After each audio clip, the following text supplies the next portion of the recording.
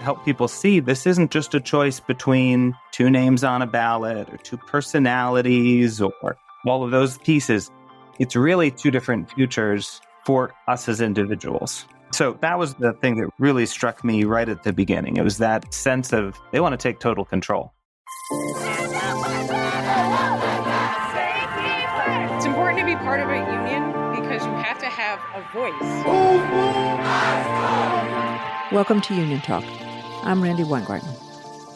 Welcome to Union Talk, everyone. And this is days before the election. And frankly, this morning, I am in a hotel room as opposed to a bus. I've been basically in a bus for, the last 50 or so days. We promised that we would really do everything we could to get out the vote. And so I have been crisscrossing America since Labor Day weekend. I think by the end, it will be 20 states. We're at close to 150 stops already.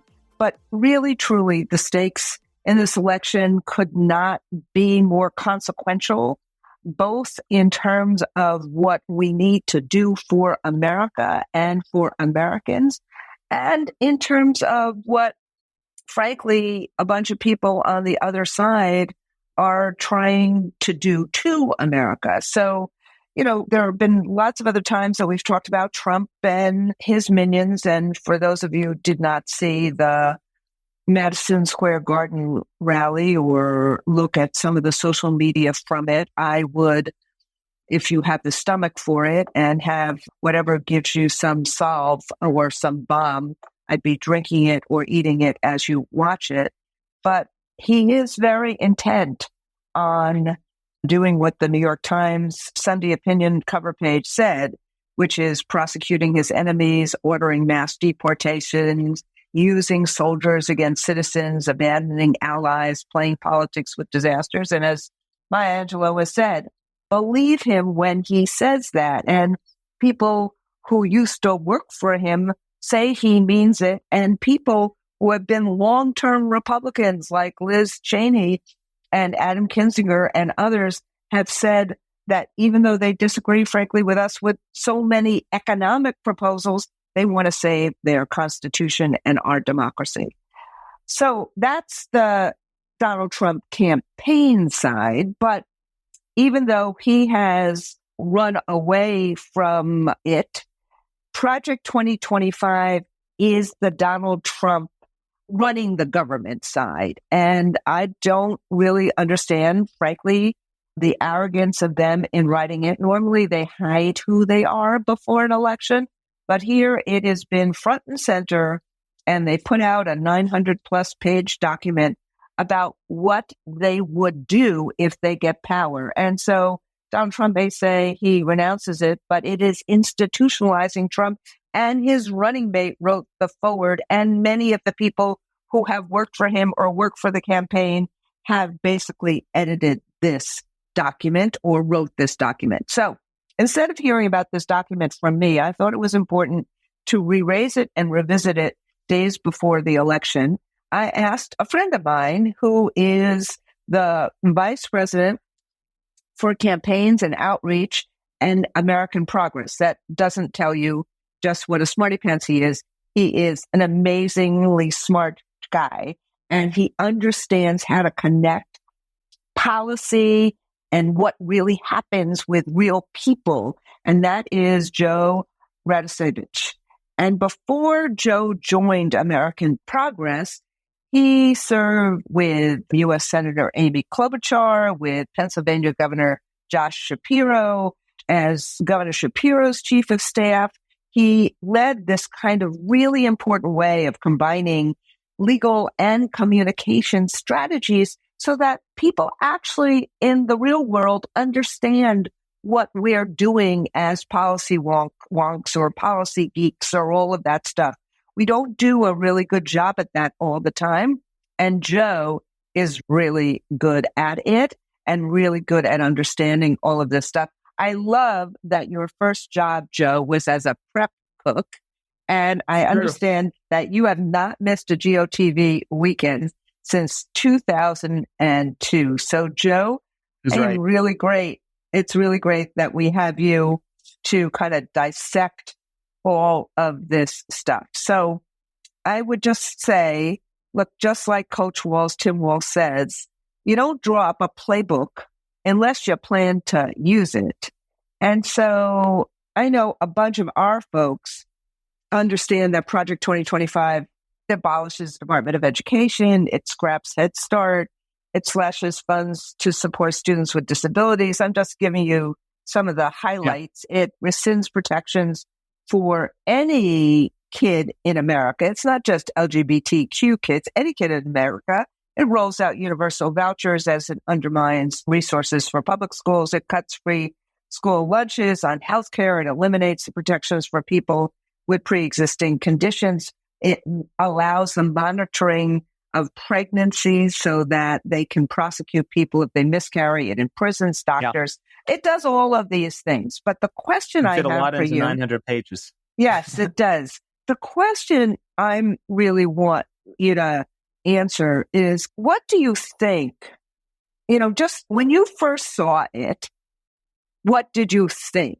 And then let's talk about some of these big areas where it really undermines people's freedom and opportunity.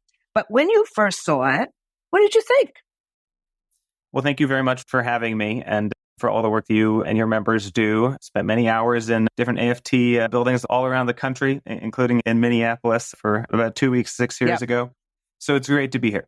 When I first saw Project 2025, this version of the mandate for leadership, I was really stunned by the degree to which they have abandoned what they at least say they have been for at times and put in a totally radical proposal to take complete control, to just roll back all of the things, so much of what we've fought for, my grandparents have fought for a long time, and give power to those who already have the most power, the most resources, the most money, the most connections.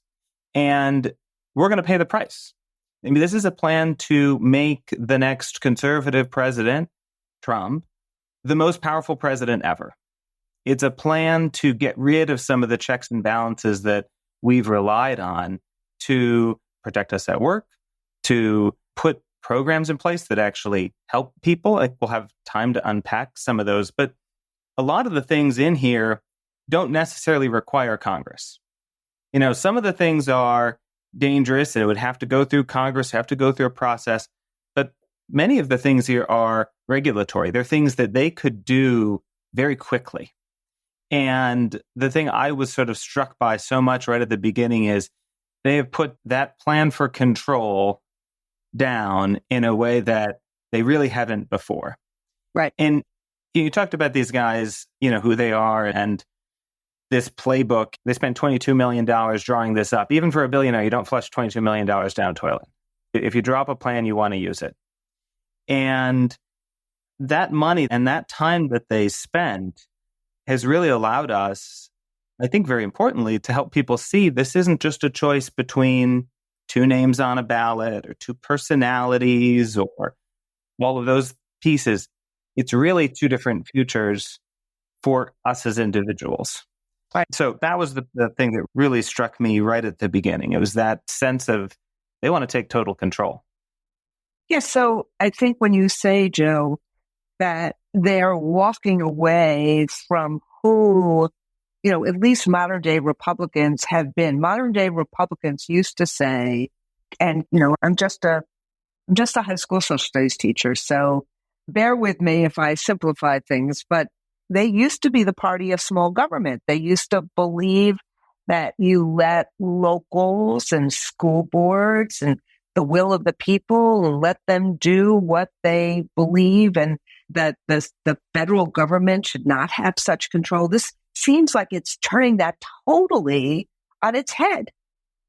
Totally. One of the directors, Paul Dance, the director, Trump's chief of staff at the Office of Personnel Management. So, this is the guy who helped Trump hire everybody last time around.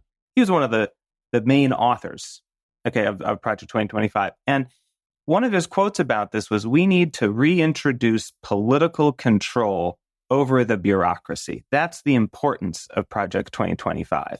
And so if you think about that small government vision you just laid out, it's a complete break from where this is, where you have, one of Trump's minions saying, no, we got to break away from that. We got to take control over this whole bureaucracy to put our plan forward.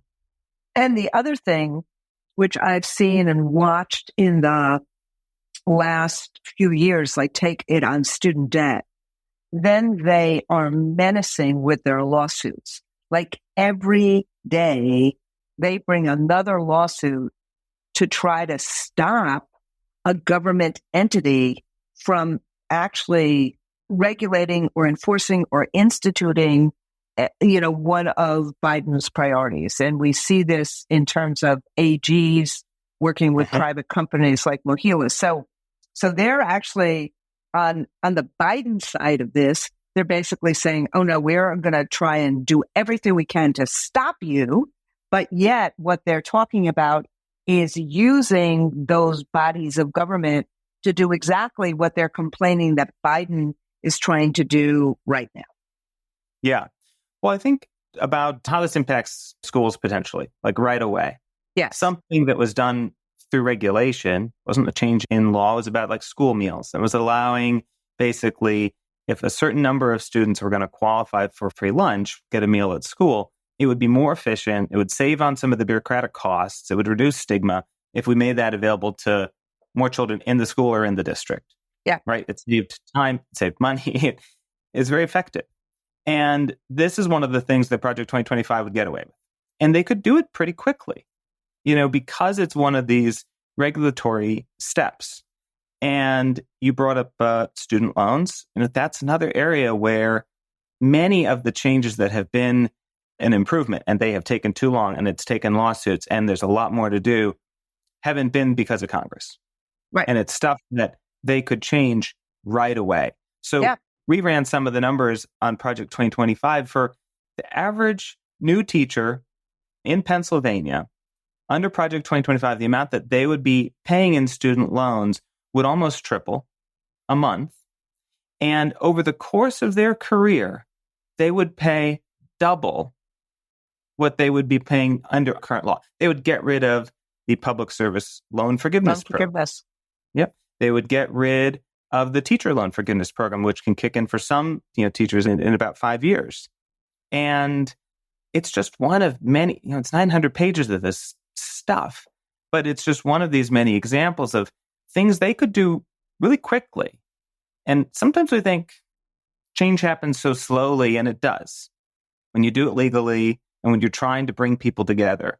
But when you have a vision to sort of run roughshod over our checks and balances, and your ultimate goal is really to just pull the rug out from under the middle class because you're sick and tired of, I suppose, doing your fair share, you can be quick. And that's one of two areas that hits for educators and in schools really quick. So let's do 4 areas just because, given who our listenership is. Yeah. Let's do education, healthcare, labor, and then rule of law. Let's do those kind of 4 areas in terms of this. I think we started in terms of education because, the moment somebody says, oh, take away the Department of Education, like nobody likes the bureaucracy. I mean, I don't like the bureaucracy. Right. Nobody likes bureaucracy and red tape. So it doesn't have the same impact as what the fine print says. So you already talked about, there's 2 issues that we've already talked about, and I don't know if you want to dwell on it a little bit more. Student loan debt, which we frankly sued to get public service loan forgiveness actually implemented correctly. There's now finally 1 million people who should have gotten it who now get it. It's life-changing for all of them. They just say goodbye. They would just throw it out again, just like Betsy DeVos did, make it incomprehensible. When she was there were 2% of the people who could get it, got it. And now 98% of the people who can get it, get it. And that's the difference between these 2 administrations. And, it basically says, for those of you who don't know, if you worked in the public service, whether a teacher, a nurse, in the Army for 10 years, the rest of your loans are forgiven. Period. Full stop. It's because you're doing something for the public. So that would be gone. But lunches, the same kind of thing. School lunch, also money in people's pocket, just like student loans, money in people's pockets. What else would it do? What else is their target on their back in terms of Project 2025 as it pertains to education and parents, teachers, and kids? So those are two examples that are just quick. They can do them pretty within one term, probably. Yeah. And longer term, some of the things that they've described, you mentioned at the top, okay, get rid of the Department of Education. And I think what's important about that is when you drill down a little bit more into those pages of the plan, they talk about ending Title I, which helps serve, it's funding for certain types of schools that comes from the federal government. And if that funding wasn't replaced by local revenue, and there's no way that all of it could be, it would lead to a loss of 180,000 teaching positions around the country, including over 6,000 in Pennsylvania, 5,300 in Michigan. I mean, these are a ton of teaching positions in generally rural or lower income districts that don't have the tax base to provide what's necessary. So that's one of the longer term plans. It's not just get rid of the Department of Education. It's get rid of federal support for so many different types of districts. Head Start is another one that I think people hear about a lot.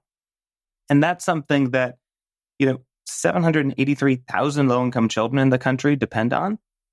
And in a lot of rural areas especially, it can be one of the only childcare facilities that's available.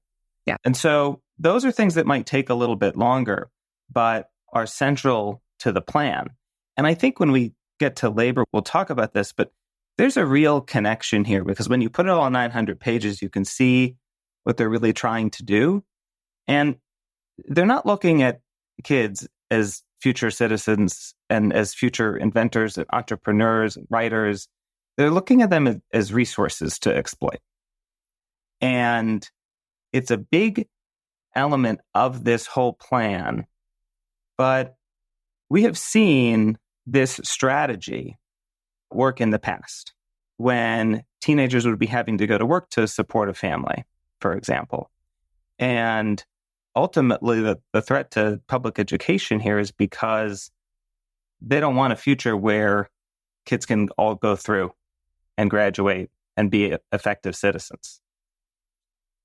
So any teacher who is in the United States of America knows Title I because we know what Title I has done is help get a para in a classroom, helped us buy books or help create a coordinator for community schools. So every one of the teachers in America knows what Title I is. And when you say get rid of Title I, that's basically 10% of the budget.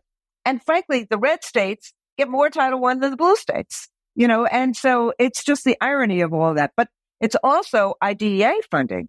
That's also funding for kids with disabilities, which are not nearly as much funding as we need to do, but it's all of that stuff as well. So let's go to, this is really, Project 2025 is really a war on children if you actually unpack all of this stuff. So let's do labor for a minute because you just talked a little bit about that.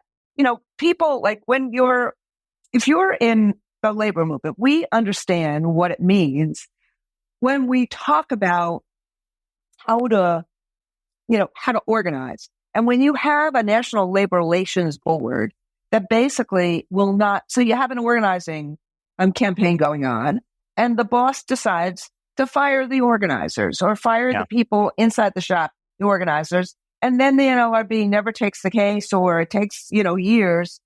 It kills the organizing. So when we say it's an anti-union organizing board, that's what we mean. But that's what I'm saying in terms of what you've done is so plain Englishly about it. It's so good. So tell us a little bit more about what the wrench is that Project 2025 does in terms of labor. So they have, for those who want to look it up, it kind of starts around page 595. And they have a lot of ideas about ways they can tweak a system that's already kind of stacked against organizing and make it even tougher. And some of the ones that really jumped out at us is, they would allow companies to sort of bust unions in secret. And how would they do that? The persuader rule, something put in place, during the Obama years, where employers had to disclose when they were hiring sort of union busting consultants or people who they would bring in to sort of argue why you wouldn't want to organize. And they used to be able to keep those things secret. And the persuader rule helped show, you have to have some of this out in public. You have to have people know what it's going to be. They'd get rid of that. Another one, the protected activity. So you're talking about union organizers, what can you do in a workplace? What can't you do? And they would eliminate many of the protections where people are protected against retaliation for when they do engage in some union activity. That's on page 601. And another one is allowing companies, employers to decertify unions mid-contract. They would get rid of the contract R rule. And what that really means is that, you have a certification election when you're first organizing in a workplace. And the people who are working there choose whether or not they want to be in solidarity, they want to bargain together or not. And the contract bar rule says that, once that happens, you have to let the workforce, you got to let people actually work together for a little bit of time before they choose whether or not they're staying in the union. The contract bar rule could mean that would come up over and over and over again. And an employer could come in and basically force that vote about whether or not you're going to work together, whether or not you're going to be part of a union, really at any time. And that's page 603. And there are so many of these things, but another that jumps out is the state waivers that they want to give for the Fair Labor Standards Act and the National Labor Relations Act. And there are a lot of different ways that could be used or misused by states to disregard overtime or minimum wage laws, or allow states to contract out different types of work so it wouldn't be done by union employees. And this list of impacts is it's incredibly long, but it's also surgical to weaken the power of people to use their voice together. Yeah. On page 82, it says, and this is why Project 2025 in so ways is useful, because they are not hiding who they are or what they want to do. And on page 82, it starts out when they're talking about public sector unions. Quote, Congress should reconsider whether public sector unions are appropriate in the first place, and that union representation of government workers is, quote, incompatible with democracy. Their words. Yeah. They want to they've tried to kill us in any way. So I just want people to hear this, that they want to use federal law to eliminate public sector unions. I don't think I overstated that. No. And on, so there's some of the things with organized labor, but even if you're not a member of a union, some of the things that they want to do when it comes to labor is really damaging and concerning, like with overtime pay. So right now, there is a minimum threshold. If you make under a certain amount of money and you work more than 40 hours in a certain type of job, you have to get overtime pay. And you might have seen some headlines or reports, some stories, they want to get rid of overtime pay. And what that really means is they have a plan to allow employers to calculate it based on, say, every 2 weeks or every month. So rather than if you work more than 40 hours in a week, they would say, did you work more than 80 hours in 2 weeks? Or did you work more than, 160 over the whole month? Can you imagine what that would actually do to scheduling for a family that had to think about childcare pickup, that had to think about their paycheck and what's coming in? If you never really knew what your hours were going to be and what you would get for that. And if your employer was able to say, we're going to be really busy for this order, you're going to have to work 60 hours this week, but, nothing next. Yeah. And they would give all that control away, that certainty that some employees have right now, and give more of that to companies. We know they would do this because they're doing it when they can. And Project 2025 lays that out, where Trump would be able to lower the minimum threshold to get overtime and potentially get rid of many of those regulations entirely. So I do not understand why these guys go after healthcare. I mean, one of the things that are I understand the control stuff, as venal as it is, And I think that Michelle Obama did one of the best jobs that I've heard this entire campaign season in terms of really unpacking what taking away or Roe v. Wade really means and unpacking it for maternal health and unpacking it in terms of any kind of family planning or, God forbid, any kind of issues go wrong with a pregnancy that doctors are totally like they now have to make not a Hippocratic oath value statement. They have to decide whether they're going to jail or whether they're going to actually help a woman who may be miscarrying or who may have some kind of ectopic pregnancy or things like that. But unpack what they're doing in terms of healthcare, because healthcare is not a Republican or a Democratic value. Is this just about control and money and who their donors are? What is going on in terms of their crusade against having better healthcare in America? Well, we've talked a little bit about some of the reproductive health pieces. And I think with that, it is unfortunately easiest to understand that as a means of control. Got it. And, I think that the plan to sort of misapply some of these old laws that are on the book to stop people from being able to mail mifepristone, mail medication abortion, the most common type of drug, to have a sort of de facto national ban. I don't think that is because someone's going to be profiting a ton off of it. But many of the other things that they want to do with healthcare, I think, do kind of go back to money in that way. So they have, you might remember people talked about, Obamacare having death panels, right? And the smear that was, the lie that was. Well, Project 2025 actually kind of has it. It has lifetime caps on Medicaid benefits. So for people who are very poor, working poor, who can qualify for Medicaid and are able to access care now, more can access care now than before Obamacare passed, they propose putting lifetime caps on benefits. And what this means is that about 18 million enrollees would be at risk of losing coverage.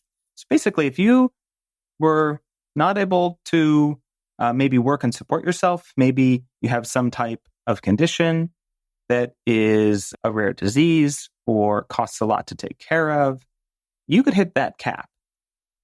And under their plan, your life isn't worth it anymore to them. Yep. And that is one of the things that we haven't talked a lot about Project 2025, but it could impact a ton of people around the country. And that's just, if you're not able to pay for your own insurance, your life isn't worth it to them. The others with drug prices, we have been talking about the need to negotiate for lower drug prices for many years. And it is a utter shame how long it took to give the government the ability to negotiate lower costs for prescription drugs. But it's happening now. And we have caps for people who are in Medicare now, for generally older folks who have coverage that way. And with a drug like Jardiance for diabetes, we've negotiated prices now. Project 2025 would stop negotiation with the pharmaceutical companies right away. And for drugs like Jardiance or for Enbrel, which is for rheumatoid arthritis, we could see those prices go up potentially immediately because that's being challenged in court and those negotiations are not finalized. It is hard to see the reason for that other than greed and other than a desire to squeeze as much money out of the American people as possible. I was doing canvassing this week in Nashua and Manchester this weekend. And in talking to a senior, that issue that you just raised, Joe, the time it takes to get there, like the Inflation Reduction Act passed a year and a half ago, but it took till, if you look at your Medicare, sorry, I'm over 65, I'm looking at all that stuff. You look at the Medicare options this year, all of a sudden you see what's happening in terms of drug negotiations and the impact. But it takes a long time to get this stuff right. And in some ways, if Harris does win, and I hope she does, and we're doing everything we can to help. This moving things faster, I think, is something that's going to be important. And cutting some of this red tape is something that's going to be really important to do, long term in terms of the federal government. But Absolutely. That brings me to the last issue that I want to just get your take on, which is on some ways where I started, which, as a civics teacher, when you hear presidential candidates saying, and I'm going to use the New York Times cover page again, use soldiers against citizens, prosecute his enemies. This is a complete anathema to American democracy. This is exactly why the colonists, fought the American Revolution in 1776 and on and on and on. But in here, there are some really vital things about how they create control and take away regular folks' democracy and vote. And you want to go through one or two of them so that people hear it's in the plan. They have thought about how to do what Trump is saying publicly. Yeah. I want to start with one that we don't always, hear about a ton, because I do think for educators, for teachers, you can really think about how this might interact with something like Title I funding, for example. Yeah. So they have a legal theory around the use of a, quote, impoundment power. And President Nixon tried to use this some, but basically we understand that Congress has the purse, right? The House has the purse. Like, our representatives decide where tax dollars are supposed to go. And the idea of impoundment power is that a president could condition federal funding themselves. They could withhold those payments to a local government or a state that they didn't like for some reason. And you already have seen Trump do this with like disaster relief. Is he going to provide disaster relief to a state that he maybe has a problem with? Might they choose not to give Title I funding, or try to not give Title I funding to a school district that, I don't know, taught race in a certain way, taught about slavery in a certain way, taught about history, actually? That is one of the ways that they see an ability to influence lots of different policy choices, is the impoundment power. Others that have gotten a little more attention, that they've been very... In fact, he said on Fox and 5 last, I guess a week ago, Friday, we kind of seized on it quickly. He went from, states should control, to no, I am going to control, and I think using this power. If I don't I can't impersonate him. But it was essentially, if I don't like what you're teaching in terms of history, I'm going to impound those funds. Yeah. And we've seen them say this with all sorts of different policy areas. Another that they have not shied away from at all, really, I think we talked about it kind of a little bit at the beginning about getting control over the bureaucracy. They have a plan right now. The president gets to hire around 4,000 sort of political appointees. These are people who help put in place, the policies the president wants to do, whatever side, Democrat, Republican, whatever. They have a plan, you might hear about it being called Schedule F, that would sort of reclassify at least 50,000. There are different estimates that go higher. People out of the civil service and as political appointees, so that the president could hire or fire them right away.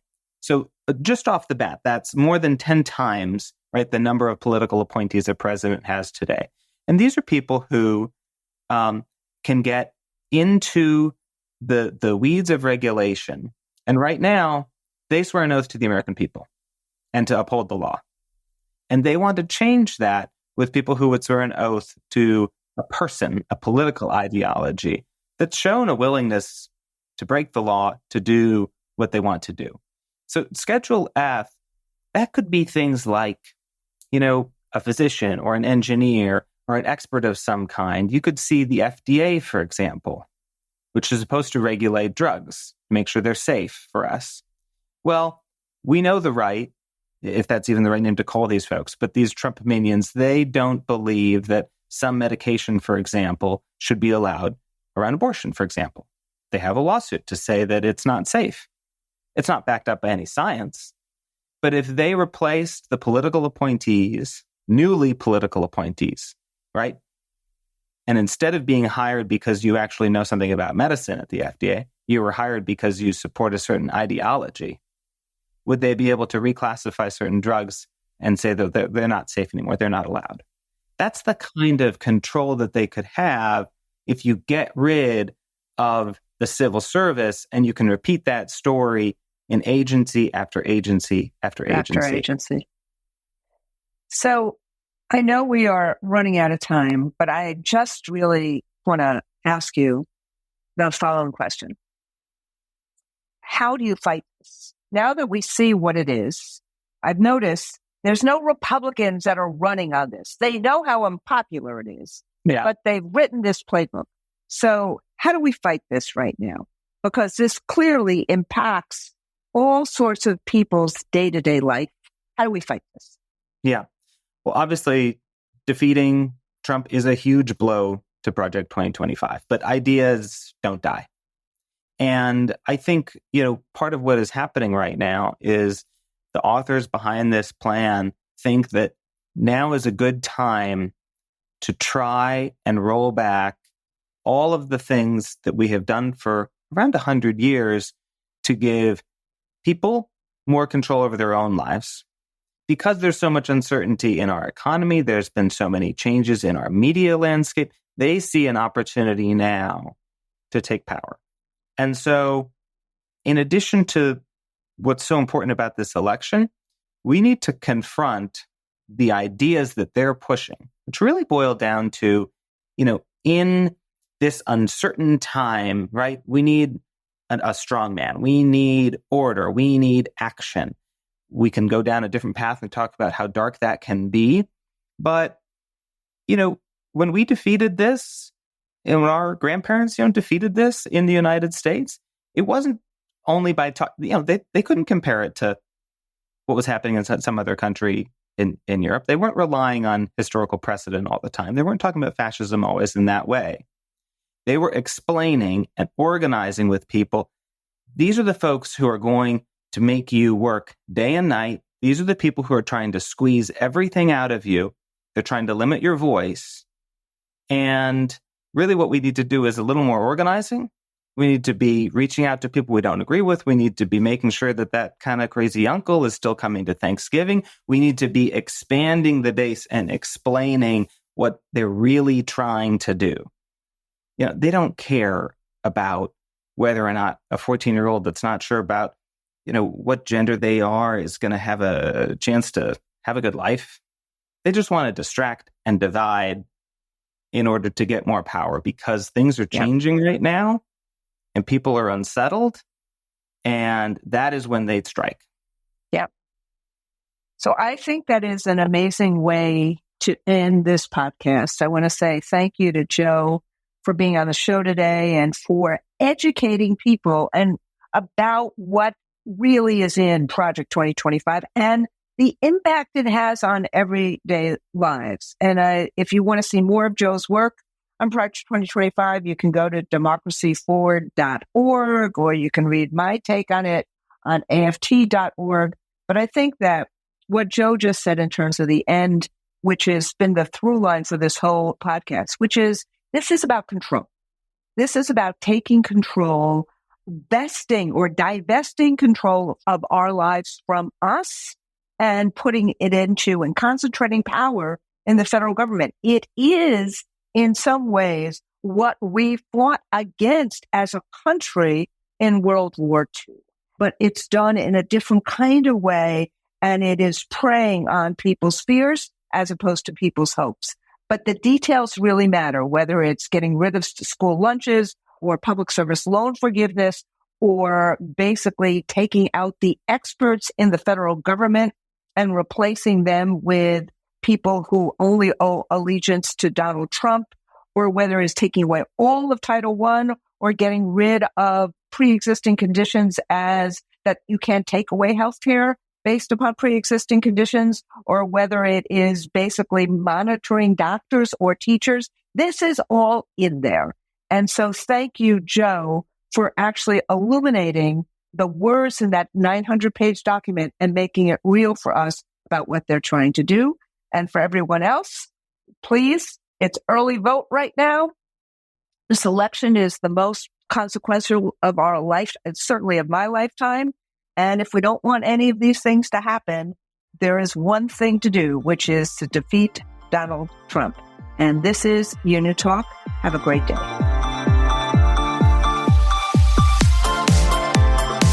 I hope you enjoyed this episode of Union Talk. Remember to subscribe wherever you listen to your podcast and tune in every other week for a new episode. Thank you, be safe, and be well.